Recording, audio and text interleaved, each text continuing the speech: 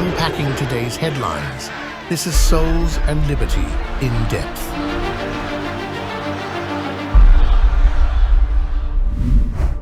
Hello everyone and welcome to In Depth, a production of Souls and Liberty. 43 days to go until the election, and it's all coming down to fear. The scared majority, I know this is an attempt to kind of maybe throw a little pejorative at that group. Like, hey, you're just scared. Why are you scared, bro? But it's real. Also, look at this.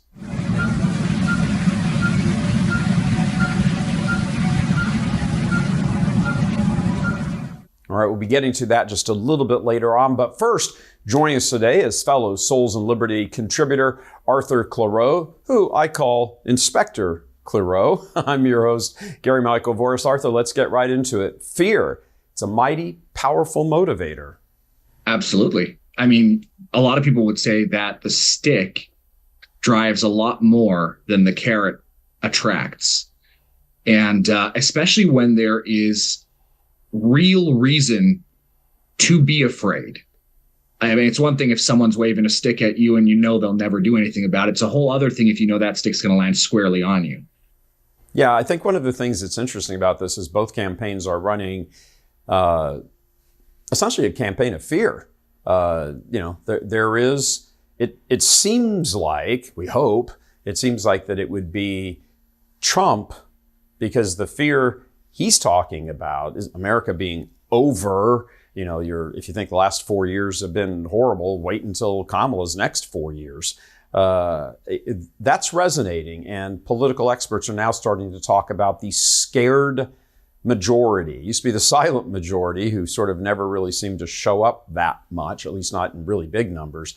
But the scared majority, there's so much little anecdotal evidence all over the country. It's a little frightening, actually, I think, if you're a Democrat. So let's concentrate on the Republicans' campaign of fear first. Trump's plugged into something, hasn't he? Absolutely. Oh, 100%. And the scared majority, I know this is an attempt to kind of maybe throw a little pejorative at that group. Like, hey, you're just scared. Why are you scared, bro? But it's real. It has real reason. Like I said earlier, I mean, that stick is not just there with empty threats. This is a real problem. I mean, that there's an article on The Hill that talks about this, and they talk about it's the economy, it's immigration, and it's like you said, the future of America in general. And if you look back over, since 2019, there have been about 4 million jobs added to the economy, and about just over 3 million of those went to immigrants, illegal or legal, which means that Americans who've been searching for jobs aren't finding them. Meanwhile, the cost of living is increasing. And that's just the kind of it's important, but that's just the economic side. And there's crime increases that are going crazy. Judges and prosecutors refusing to prosecute, who are all kind of on Kamala Harris's wavelength. And she's just going to continue more of the same or make it worse, considering a lot of the promises she's making. So it's not like the Trump campaign really has to, they should add this to the messaging, but they don't really have to say much. The world is showing what a future Kamala presidency is going to be like.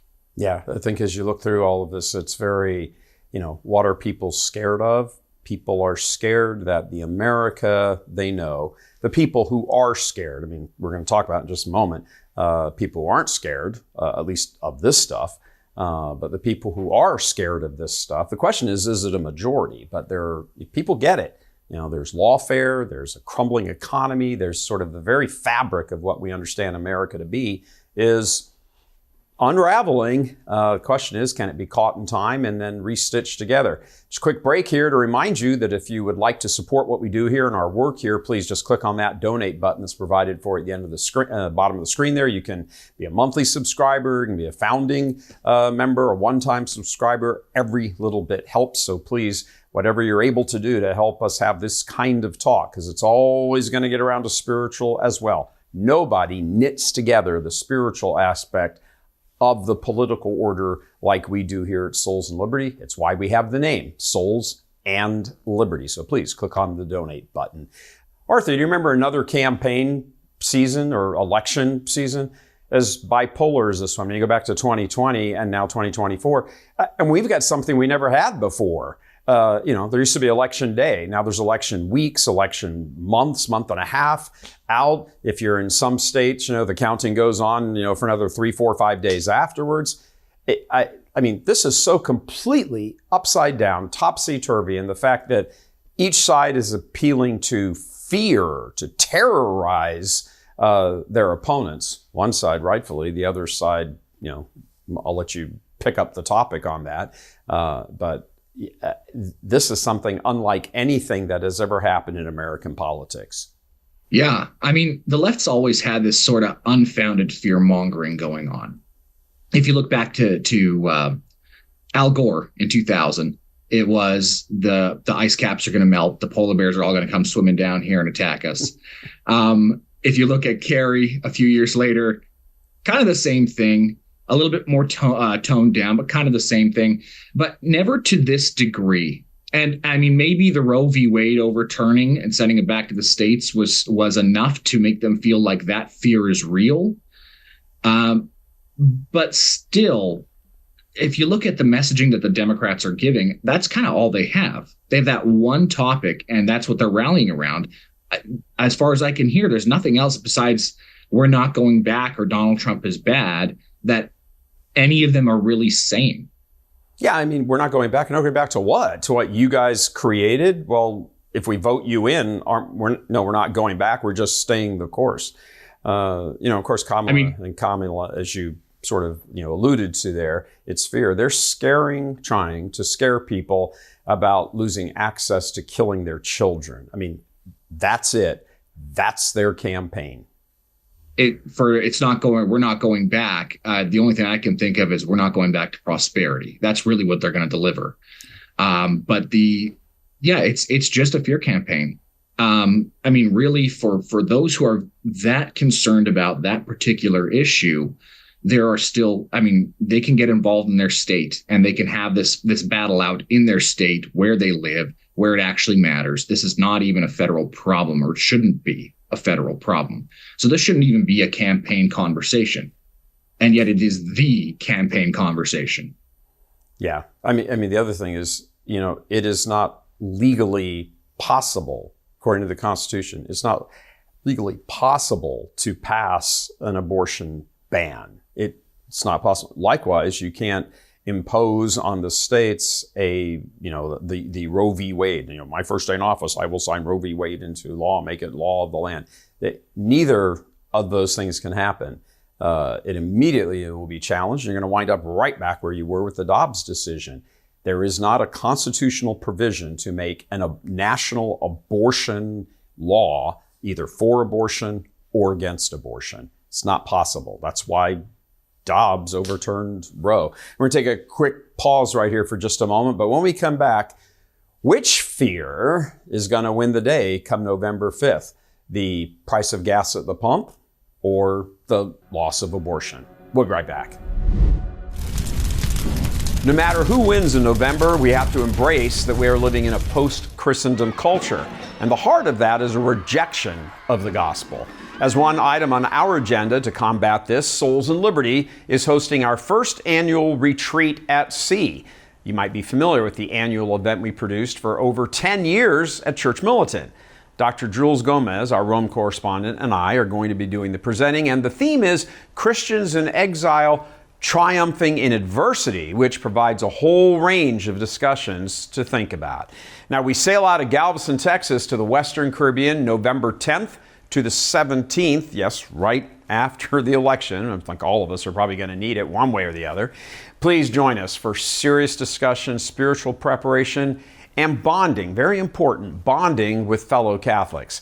Registration information is provided below and on our site at soulsandliberty.com/retreat-at-sea 2024. So sign up and we hope to see you there.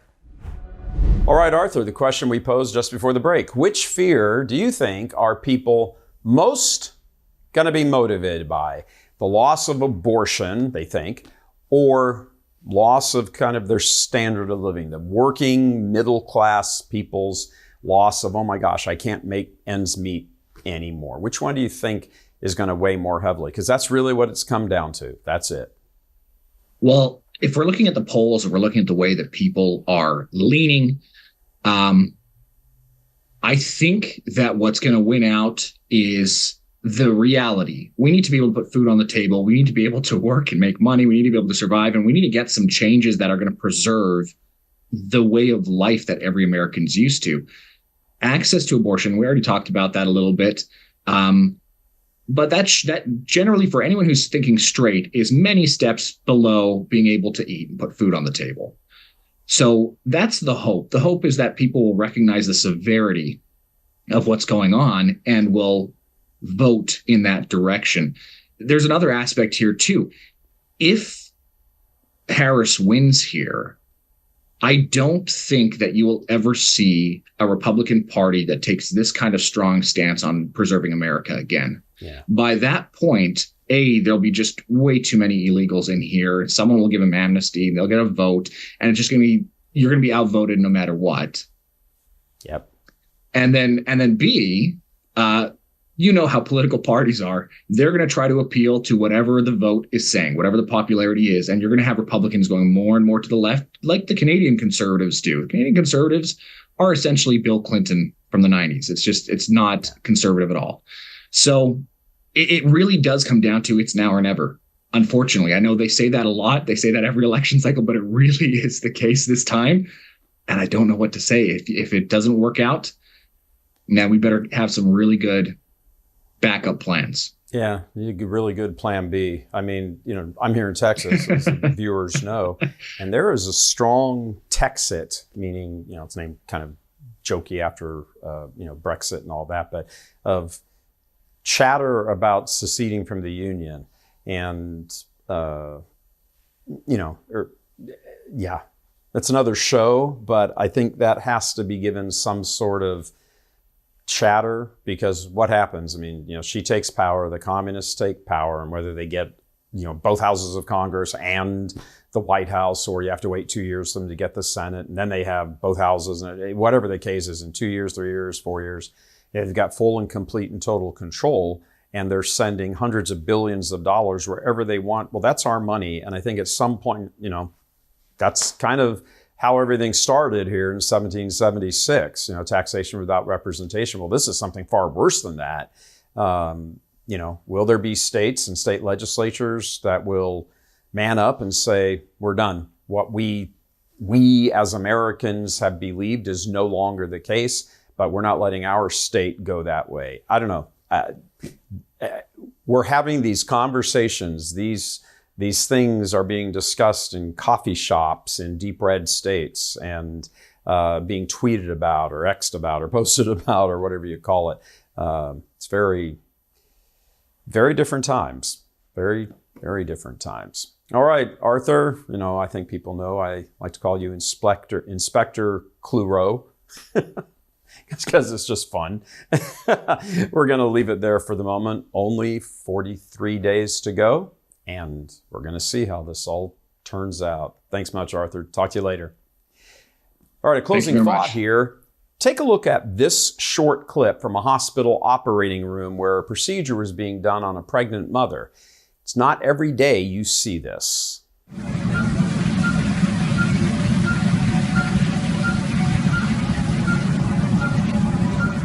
That's a 10-week-old baby in the womb, and Kamala and her legion, note the word there, legion, say, kill it. Carrying that baby to term is their great fear, or rather the fear of the demons, the legion. Not so much because it has an immortal soul that is now destined to be with God for all eternity, a privilege that can never, never be shared by them because they made their choice. They too were created for that, but because they rejected God, then they're gone. Now, if that child is brought to term and is born, they missed the chance to turn the baby's mother into a killer, into a murderer. They also missed the chance to turn the doctor into a killer, as well as the attending nurses. The devils revel in death, murder, mayhem, discord, evil. It's their nature, not because they get joy out of it, but it's their nature. What did our blessed Lord tell the Pharisees and charge them with because of their wicked choices? He said their father was the devil because they do their father's will. There is no truth in him. He was a liar and a murderer from the beginning. That is a perfect description of the Kamala abortion legions. They embrace the desire of Satan because they want consequence-free sex. They always go to the rarest of rare extremes when presenting their case that women should be allowed to slaughter their children. Does that little 10-week-old baby we just saw, can you tell if it was conceived in rape or incest? Nope. And for the life of that small innocent, it doesn't matter. Killing him doesn't suddenly turn his rapist father into a good man. Punish the rapist, absolutely, but not the baby. But Satan plays on emotions, as he always does, so he can mask the lie. Remember again how the incarnate eternal Logos styled him a liar and a murderer from the beginning. And if you do his will, he is your father. No one, not one person who can call himself or herself a follower of Christ can ever support child murder. No one. Yet, there's an entire political party, the demonic Democrats, who have turned themselves over to Satan's will, all for the sole reason that they want an orgasm whenever they want it, with whoever they want it with, and they want that enshrined in law. It's not really about abortion. It's about that. Abortion, in their calculus, is just a necessary option. Just in case. God love you. I'm Gary Michael Voris.